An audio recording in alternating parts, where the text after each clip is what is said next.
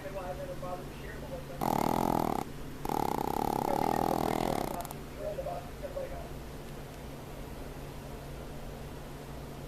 so why are you doing it? Because I want you to know